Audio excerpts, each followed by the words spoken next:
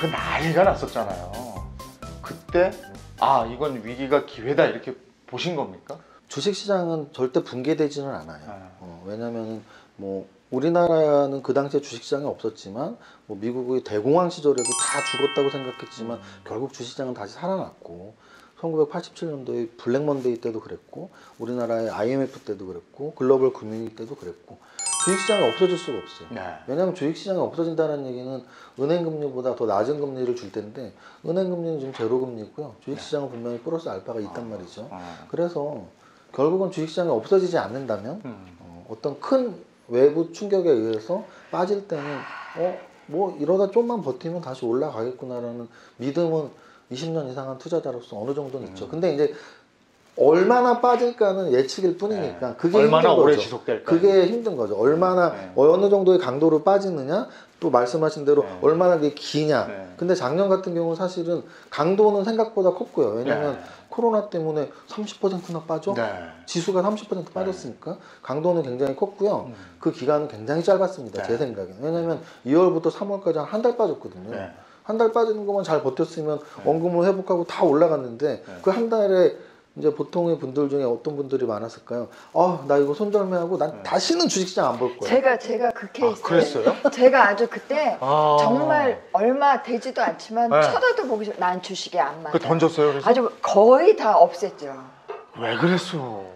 아니 더 이상의 이렇게 나도 잘 모르는 거에서 이렇게 잃고 싶지도 않고 이렇게 나는 안 맞는 사람이다라는 생각이 들어서. 이제 하지 마. 그래가지고 그때 막 더 손해를 보면 안 될 것 같아서 막 이렇게 털고 나니까는 좀 마음이 편해졌는데 아니요 어느 날 주식이 오르면 좋아져야 되는데 그러니까 누나 같은 사람도 있었고 그 다음에 반면에 드디어 동학개미가 등장을 하는 시점입니다. 그게 맞는 거잖아요. 그때 다 이게 그때 살피면서 우리 동학개미들이 등장할 때 이 주식의 고수로서 깜짝 놀랐죠. 그 장을 어떻게 판단하셨습니까? 정말 많이 다 똑똑해지신 거죠. 저는 그거의 영향 중에 하나가 지금 촬영하고 있지만 유튜브도 굉장히 큰 역할을 했다고 보고요. 왜냐하면 우리가 소위 알고 있는 공중파에서 이런 경제방송을 심화 있게 하지는 않거든요.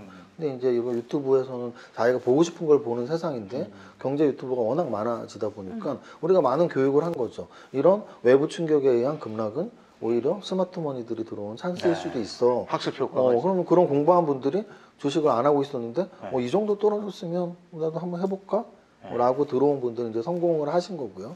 근데 이제 아까 뭐 급락일 때 나가신 분 또는 그 이후에 들어오신 분들한테 제가 전체적으로 말씀을 드리면 결국은 위험에 대한 태도가 가장 중요한 것 같아요. 자기 자신이 주식을 해야 되는지 안 해야 되는지에 대한 판단은 말씀하신 것처럼 난 손실 보는 거 싫고 정냄이 떨어져. 그러면 위험에 대한 태도가 굉장히 위험을 싫어하시는 거예요.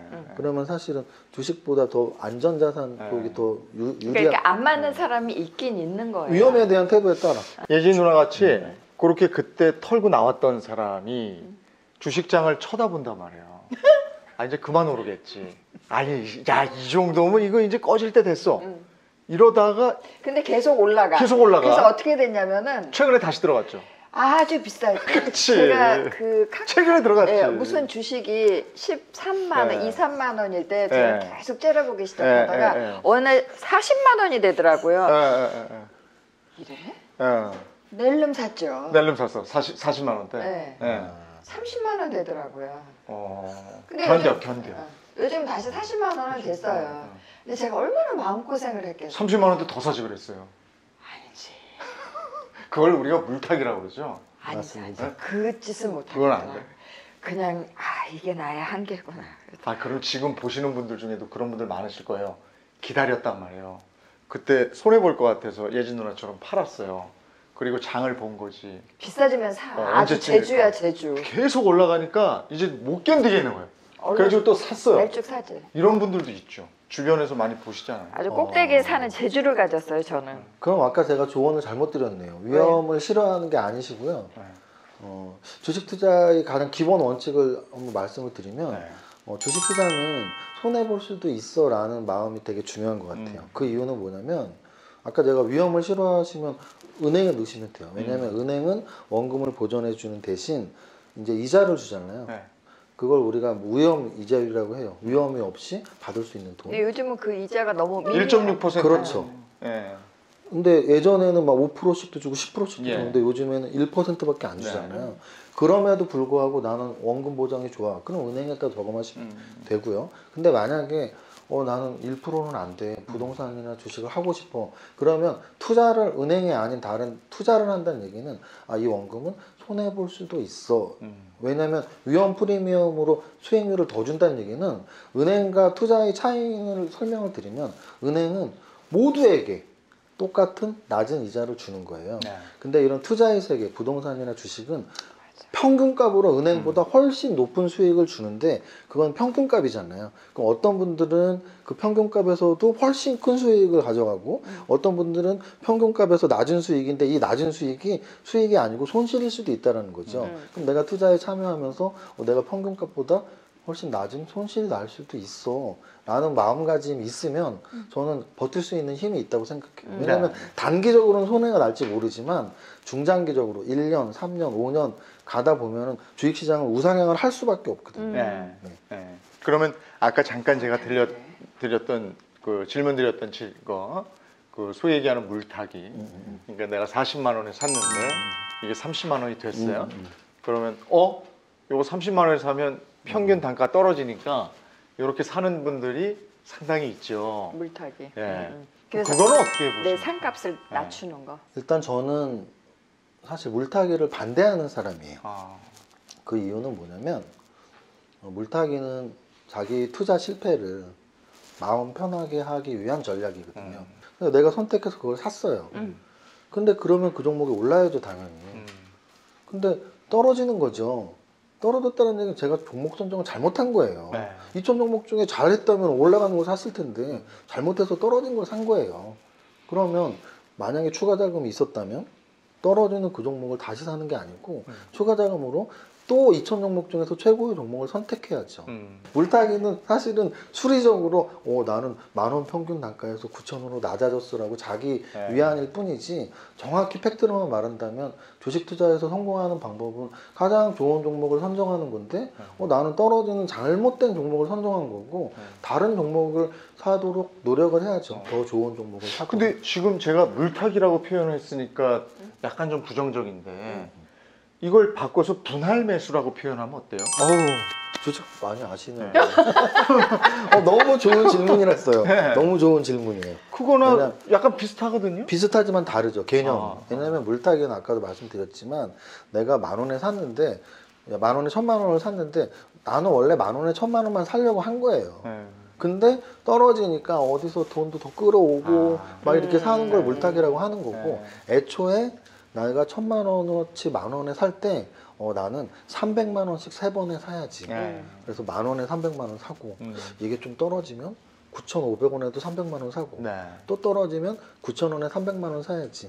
이거는 분할 매수죠. 내가 질이 다르네. 미리 계획을 한 거니까. 계획적인 거 하고 이거는 아주 계획성 없이 그냥 무턱대고 하는 거니까. 예. 근데 그 주식 투자하는 사람들은 바람직한 건 그거죠. 우리가 그 거치식이 있고 적립식이 있듯이 거치 빡 이건 좀 위험한 거잖아요. 한 방에 푹. 네. 그렇죠. 적립식 투자의 가장 큰 장점이 이제 우리가 코스트 에버리징 효과라는 표현을 쓰거든요. 그러니까 나의 단가가 평균화된다는 뜻이잖아요.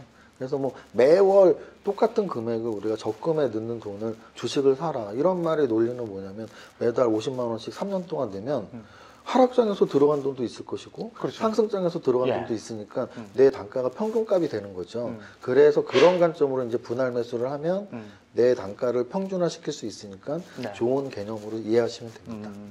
근데 많은 사람들이 직접 투자를 요즘에 많이 하잖아요. 맞아요. 근데 한때는 전문가들한테 맡기는 펀드 투자가 또 대세였단 말이에요. 근데 요즘엔 펀드보다 직접 하는 분들이 더 많은 것 같아요. 그건 장단점은 뭡니까? 사실은 이제 누구나 자기 자신의 위치에서 얘기를 하겠죠. 예를 들어 무슨 뜻이냐면 또 노골적으로 말씀드리면 은행 직원분은 어떻게 보면 은행에 저금하는 게 제일 좋다고 표현할 수도 있고 안정적이다. 뭐 금융기관 직원이면 당연히 펀드가 좋다고 할 수도 있고 그럼 저는 이제 개인 투자자잖아요. 개인 투자자 입장에서 말씀을 드릴게요. 개인 투자자 입장에서는 사실은 저는 직접 투자가 더 좋다. 다만 여건이 안 되면 그때는 펀드 가입해라라고 말씀을 드리고 싶어요. 그럼 이제 여건에 대한 얘기를 할게요. 어떤 분들이 간접 투자를 하고 여건 되면 직접 투자를 해도 되는지. 직접 투자를 하려면 몇 가지 조건이 있죠. 일단 주식시장에서의 지식이나 경험이 있어야겠죠. 왜냐면 아무것도 모르는 상태에서 주식을 했을 때는 내 돈이 손해볼 확률이 높으니까. 네. 그래서 어느 정도의 공부 또는 어느 정도의 경험 또는 시간, 투입 시간. 적어도 직장인 분들이라도 토요일, 일요일에 나는 한 2시간. 사실 남자분들 축구 게임, 야구 게임 한 게임 보는데 2시간 걸리고요. 여자분들 월화 드라마 1시간씩 이틀 보면 2시간 걸려요. 네. 그러면은 내가 돈 벌려고 하는 거니까 적어도 주말에 2시간, 3시간 정도는 투입을 할 수 있는 분들이면 네. 직접 투자를 해도 소기 성과가 나온다고 봐요. 2시간, 3시간의 공부와 경험이라면. 근데 그 정도 시간이 없는 분들도 있겠죠. 또는 자기 자신의 몸값이 굉장히 비싼 분들. 무슨 뜻이냐면 주식 투자는 재미로 하는 게 아니고 돈 벌려고 하는 거예요. 네. 근데 내가 시간당 뭐 한 100만 원 또는 200만 원을 벌 수 있는 능력이 있어요. 하루 몸값이 1000만 원이야. 예. 그러면 나는 내일을 하는 게 더 부자가 되는 지름길일 수도 있거든요. 굳이 주식 공부를 할 필요도 없이. 그래서 저는 자기 자신의 시간당 몸값 또는 내가 투입을 할 수 있는지 시간이 있는지 그래서 그게 가능하다면 직접 투자가 낫고 아 정말 나는 몸값도 비싸 너무 바빠 그러면 그냥 간접 투자해야죠. 모든 걸 다 할 수는 없으니까. 네. 제가 또 하나 여쭤보고 싶은 게 그 주린이 친구가 저한테 오늘 유튜브 촬영하러 간다니까 여쭤봐달라고 그러던데 한 달에 뭐 5만 원 정도 이렇게 그 저기를 내고 그 투자 정보를 이렇게 도움을 받는 그런 기관이 있다고 그러던데요? 제가 이런 말을 강연할 때 가끔 하는데 시장을 우리가 읽어야지. 영어로 이제 READ가 read 읽다잖아요. 근데 이제 리딩 업체라는 말이 있어요. LEAD 리딩 업체. 그러면 이제 주식시장에서 리딩 업체라는 뜻은 야 너 니네 나 따라와. 니네 A 종목 10,000원에 빨리 사. 그리고 며칠 있다가 야 A 종목 12,000원에 팔아. 이걸 우리는 리딩한다고 하거든요. 그러면 과연 리딩을 당하는 투자자들이 그 리딩을 1년을 당하던 2년을 당하던 약간의 아바타 개념이죠. 어떤 A 종목 10,000원에 사, 클릭. 12,000원에 팔아, 클릭. 근데 이거는 길게 봤을 때 나의 주식 경험이나 투자 실력을 향상시키는데 사실 도움이 전혀 안 되거든요. 아니네요.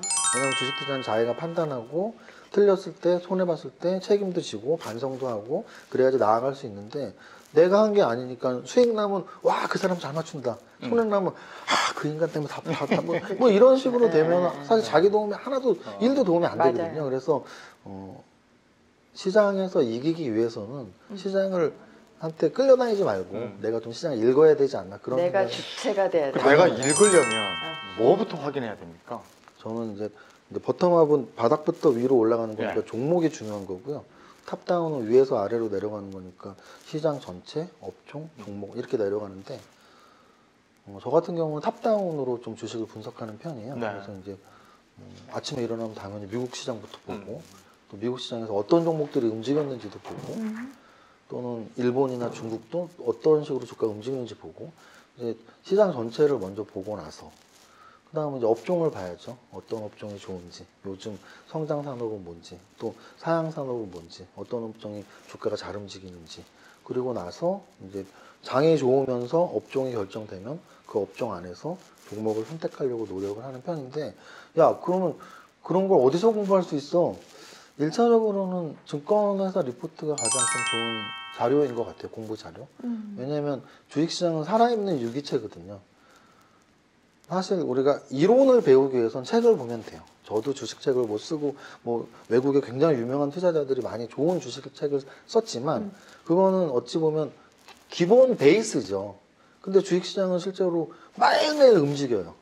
예를 들어 이런 거 수영을 배우는데 책만 배우고 바다에 나가면 네. 진짜 빠져서 뭐 그렇지, 안 호흡을 할 되죠. 수밖에 없죠. 네. 주식시장도 똑같은 것 같아요. 네. 이론서만 보고 계좌를 터도 1도 수익을 낼 수 있는 기본이 안 돼요. 그러면 결국은 매일매일 움직이는 거를 해서 수업을 좀 봐야 되는데 그 해설서는 가장 좋은 건 증권회사의 리포트. 왜냐하면 증권회사의 리포트에는 외국 시장이 어떻게 돼가고 있는지, 어떤 산업이 성장 산업인지, 그 성장 산업의 탑픽 종목이 뭔지, 뭐 수십 개의 증권사에서 매일매일 우리에게 공부를 시켜주거든요.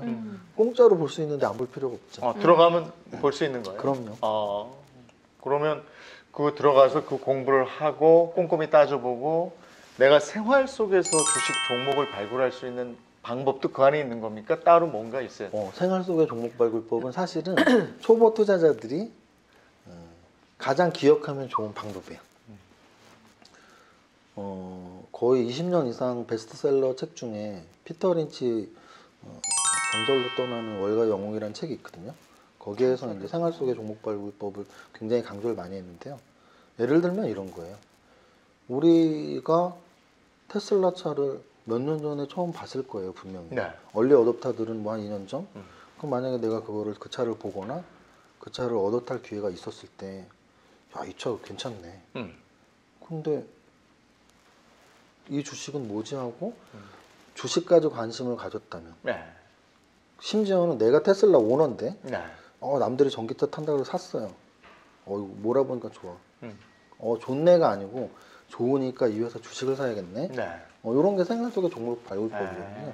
그래서 사실은 우리 선생님이 이미진 씨. 너무 팬인데 가장 접근하기 쉬운 생활 속의 종목 발굴법은 이런 거예요. 예를 들어 뷰티.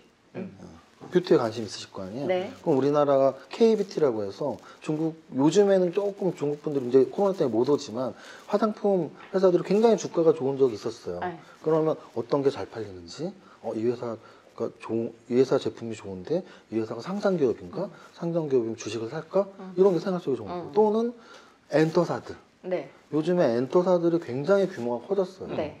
빅히트 같은 경우는 지금 5조, 6조가 가고 있고요. 기획 3사들도 뭐 JYP도 1조가 넘었고, 네. 뭐 연기하시니까 스튜디오 드래곤 이런 것도 몇 조예요 지금. 그러면 이런 드라마나 영화 제작사들 중에서 이 회사가 영화 좀 뭐가 들어가는데 잘 만든대. 지금 A스토리 지리산이라는 거 판권 팔려갖고 지금 그게 주가가 3배, 4배 올라갔거든요. 그럼 만약에 연예계에 종사하시는 분들 중에 어디서 뭐 하는데 그게 애들이 출연 배우도 좋고 대박이 날 것 같아.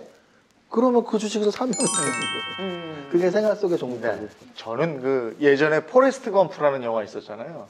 포레스트 검프에서 톰 행스가 그 애플 뭐 사과에 뭐 투자했는데 나중에 엄청난 부자가 되는 그 장면이 있어요. 그 포레스트 검프가 나온 그래서 그 영화를 본 그 해에 애플만 샀어도 그죠? 그냥 보고 말았구나. 그냥 그 보고 말았지. 그냥 맞아. 애플이구나. 그때 애플 샀으니까 저 정도 됐어.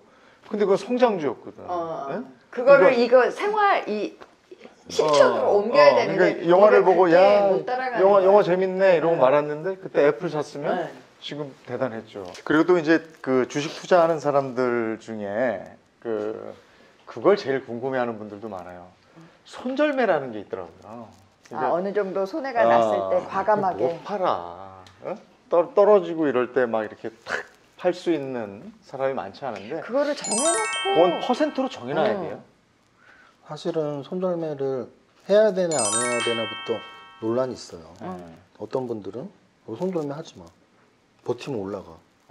근데 그거는 사실은 종목마다 다르죠. 그렇죠. 종목마다 다르죠. 버티다가 상장 폐지되는 경우도 있으니까. 그거 제가 몇 번 봤거든요. 사실은 버티면 올라가는 어느 종목인지에 따라 달라지기 때문에 말할 수 없는 거고 일률적으로는. 그래서 이제 정말 손절매를 해도 된다라고 생각하시는 분들은 미리 퍼센트를 정해야죠. 그래서 제 생각에는 들어갈 때부터 정하는 게 맞는 것 같아요. 만약 만 원짜리 주식을 살 때는 목표 수익률을 만약 20%로 잡는다면 적어도 손절매는 그거보다 더 낮은 12,000원에 팔겠다고 잡는다면 8,000원이 아닌 뭐 8,500원, 9,000원에 손절매 해야지. 또는 30%를 이익 실현하겠다고 잡는다면 그때는 한 20% 손절매 이런 식으로 이익 실현 폭하고 손절매 폭을 미리 정하는 게 좋고요. 초보자들은 미리 정하고 그리고 손절매는 이익 실현보다는 더 조금으로. 근데 이제 보통의 초보자들은 반대로 하고 있죠. 이익 실현은 5%면 하고 5% 10%에서 하고 손절매는 많이 잡아놓고 못하다 이제 반토막 나고 하면 상장 폐지 직전에 하고. 그러니까 주식 투자자들이 하는 거 대부분은 거꾸로 하면 돼요. 아까도 물타기는 하지 마세요. 차라리 올라가는 걸 더 사는 게 낫나. 올라가는 건 내가 정말 좋은 종목을 잘 잡은 거거든요. 좋은 종목 잡았으면 계속 올라가니까 더 사도 되는 건데 떨어지는 종목은 내가 틀린 판단을 한 건데 거기다 더 돈을 그러니까 내가 틀렸다는 거를 인정을 못 하는 거지. 이게 언젠가는 오를 될것 건데 같거든. 지금 현재 낮다라는 생각 때문에 요거를 요때 사가지고 더 낮추자. 그쵸? 내 생각을 못 바꾸는 거야. 잘못을 인정을 못 하는 거지. 그러면 계속 이제 힘들어지는 거예요.